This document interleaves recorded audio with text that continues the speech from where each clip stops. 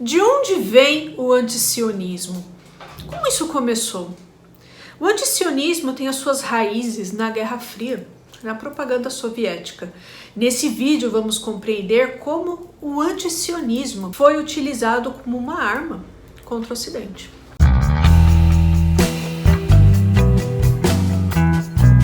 Oi pessoal, meu nome é Juliane, você está no canal Vai e Veja, eu falo de História e Literatura. Se você se interessa aí por esses dois temas, se inscreva neste canal, veja a nossa playlist História Judaica se você se interessar, tá certo? Então pessoal, o que é sionismo? Sionismo é o nacionalismo judaico, é o entendimento de que os judeus precisam de um território. Esse movimento surgiu no final do século XIX. O fundador foi Theodor Herzl, que escreveu um livro chamado O Estado Judeu, como uma resposta ao antissemitismo da Europa. Tem um vídeo, pessoal, aqui no canal sobre o Estado Judeu, sobre essa obra, tá certo? E o sionismo proclamava o retorno dos judeus à terra de Israel para ali formarem um Estado, ok? Karl Marx era internacionalista e proclamou que os proletários de todo o mundo deveriam se unir para fazer uma revolução. A ideologia marxista entende que os trabalhadores não têm pátria. Marx e Engels se opuseram a qualquer forma de nacionalismo. Lenin já tomou uma decisão intermediária e complexa. Lenin era contra o nacionalismo e contra o antissemitismo, mas ele compreendia que nações tinham o direito à autodeterminação. Porém, ele não entendia os judeus como nação. Stalin nunca escondeu sua oposição a qualquer forma de nacionalismo, inclusive ao sionismo. No meio judaico havia uma disputa entre o Bund, que era o partido de esquerda, e os sionistas. Os judeus comunistas sempre entravam em atrito com os sionistas. O sionismo não tinha tantos adeptos, porém, com o Holocausto, houve um entendimento de que os judeus precisavam mesmo de um Estado. A Palestina estava sob mandato britânico e os judeus estavam proibidos de emigrar para o local. Porém, os europeus não queriam judeus em seu território. Muitos judeus sobreviventes de campos de concentração e extermínio, ao voltarem para casa, foram perseguidos. Portanto, a imigração para a Palestina continuou. Por conta da proibição dos judeus de imigrarem para a Palestina, isso foi proibido pelos britânicos, atendendo a pedidos dos árabes, muitos judeus morreram nas mãos dos nazistas. Vale lembrar que nenhum país queria os judeus, inclusive o Brasil. A Inglaterra, por exemplo, proibiu a entrada até de crianças judias que estavam fugindo do nazismo. Os britânicos entregaram a questão da Palestina para a ONU, que decidiu dividir o território. A maior parte da Palestina britânica se tornou Jordânia. Outra parte, contendo a Judéia e a Samária, vulgo Cisjordânia, e a faixa de Gaza, se tornaram Palestina. E essa parte que vocês estão vendo se tornou Israel. Vocês sabem que isso não foi aceito pelos árabes, que atacaram Israel e perderam. Stalin votou a favor do Estado de Israel, porque ele pretendia minar a influência inglesa na região. Os israelenses importaram armamentos da Tchecoslováquia com a conivência soviética. Os Estados Unidos não se interessaram muito por Israel a princípio. Israel tinha muitas ligações culturais com a Rússia, muito mais do que com os americanos. Há os kibbutzim, que são as fazendas coletivas, por exemplo, e uma grande quantidade de judeus russos. Em muitas partes de Israel você ouve as pessoas falando russo, ucraniano, é muito comum. Os soviéticos chegaram a chamar o sionismo de libertação nacional e descolonização. As coisas azedaram entre os sionistas e os soviéticos quando Davi Ben-Gurion pediu para Stalin liberar os judeus soviéticos para emigrarem para Israel, o que não foi atendido. Também os soviéticos começaram a perceber as inclinações ocidentais dos israelenses, que sempre batiam na tecla da democracia. Assim, Israel começou a se aproximar do Ocidente.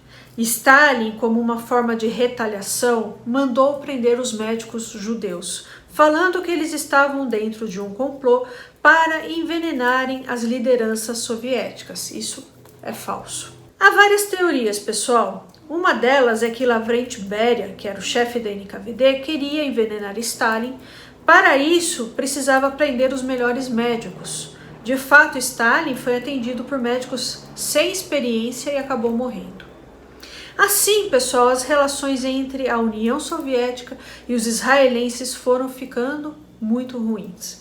As relações azedaram de vez quando Israel se juntou à Grã-Bretanha e à França na campanha de Suez em 1953, quando o líder egípcio Gamal Nasser anunciou que iria nacionalizar o canal de Suez. A campanha foi vista pelos soviéticos como uma ameaça direta ao seu poder no Oriente Médio. A União Soviética ameaçou jogar uma bomba atômica na Grã-Bretanha e na França e de varrer Israel do mapa. Assim, os propagandistas russos, tendo como base os protocolos dos sábios de Sião e o livro Minha Luta, do Hitler, começaram a reciclar a propaganda nazista. Porém, atacar os judeus diretamente remetia muito ao nazismo. Então a palavra judeu foi substituída pela palavra sionista. Só um adendo, pessoal, os protocolos dos sábios de Sião é um panfleto fraudulento que foi encomendado pelo czar Nicolau II, que afirmava que os judeus pretendiam dominar o mundo. E assim, pessoal, os mesmos argumentos utilizados pelos nazistas contra os judeus são utilizados hoje contra os sionistas. Os sionistas são donos dos meios de comunicação, o lobby sionista manda nos Estados Unidos, os judeus são banqueiros. Os nazistas falavam que os judeus mandavam nas democracias ocidentais e no comunismo. Os judeus mandavam no Churchill, no Roosevelt e até no Stalin, né? Então, essa propaganda anti-sionista que fala que o lobby judaico manda nos Estados Unidos, que os judeus são poderosos, que os judeus são donos do mundo, e aí eles vão substituindo, né, a palavra judeu por sionista, os sionistas são donos do mundo, os sionistas mandam nos Estados Unidos. Então é só uma substituição de palavra. A propaganda é a mesma, ok? A imprensa soviética chegou a criticar o julgamento do Arman em Jerusalém. O Arman, para quem não sabe, ele foi responsável pela logística do Holocausto. E sem provas nenhuma, os soviéticos afirmaram que os sionistas estavam num complô com a Alemanha Ocidental para impedir que nazistas fossem julgados. Pelo contrário, pessoal, Israel estava caçando os nazistas. A propaganda soviética e russa procura sempre associar seus inimigos ao nazismo. Foi assim com a Ucrânia e não foi diferente com Israel. A propaganda soviética começou a associar o sionismo ao racismo, ao nazismo e ao apartheid da África do Sul.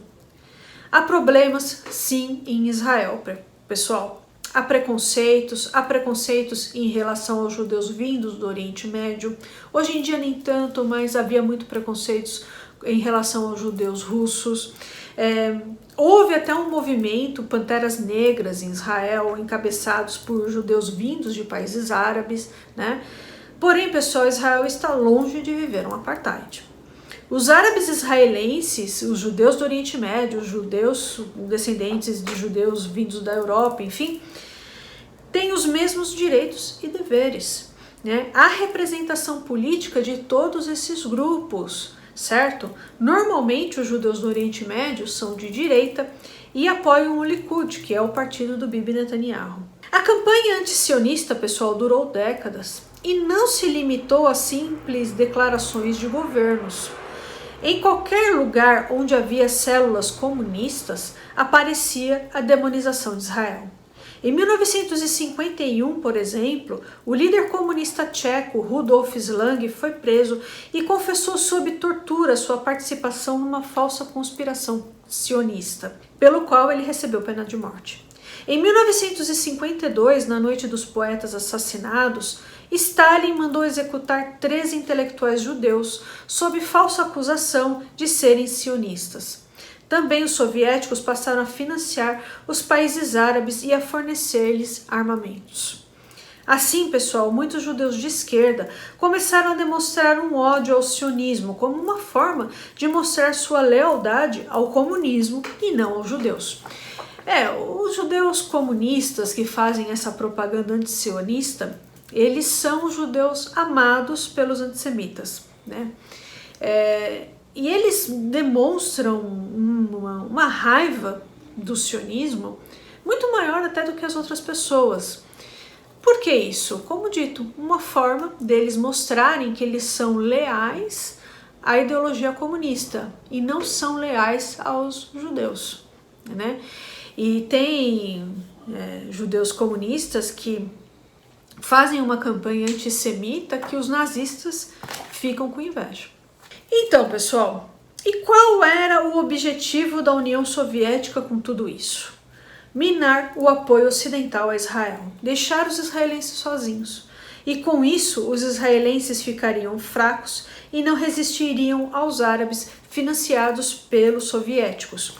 Sem a existência de Israel na região, Israel é a única democracia ali do Oriente Médio.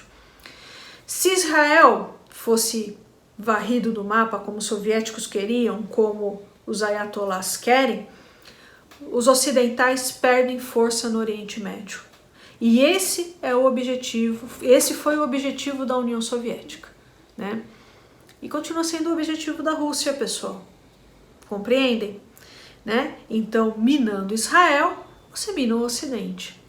E aí você demoniza tanto Israel que a população norte-americana, a população europeia, passa a não querer que o Ocidente, enfim, ajude Israel, fique a favor de Israel e tal.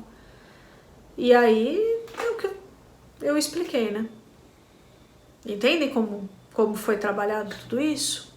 A grande vitória soviética, pessoal, foi quando a ONU, em 1975, estabeleceu que o sionismo equivalia ao racismo. Depois isso foi revogado, mas o estrago já estava feito. Tudo isso fruto da propaganda soviética. Inclusive, em muitos momentos, os Estados Unidos diminuíram seu apoio a Israel, por pressão da extrema esquerda norte-americana ligada aos soviéticos, né? Então, pessoal, uma coisa que eu achei muito estranha, Israel foi atacado em 7 de outubro, tal, e aí no mesmo dia e no dia seguinte as pessoas já estavam nas ruas protestando contra Israel. E Israel não tinha feito nada ainda, não tinha entrado na faixa de Gaza, nada. E as pessoas já estavam protestando contra Israel. Então você vê que não é algo espontâneo. Entendem o que eu quero dizer? Essas manifestações não são espontâneas.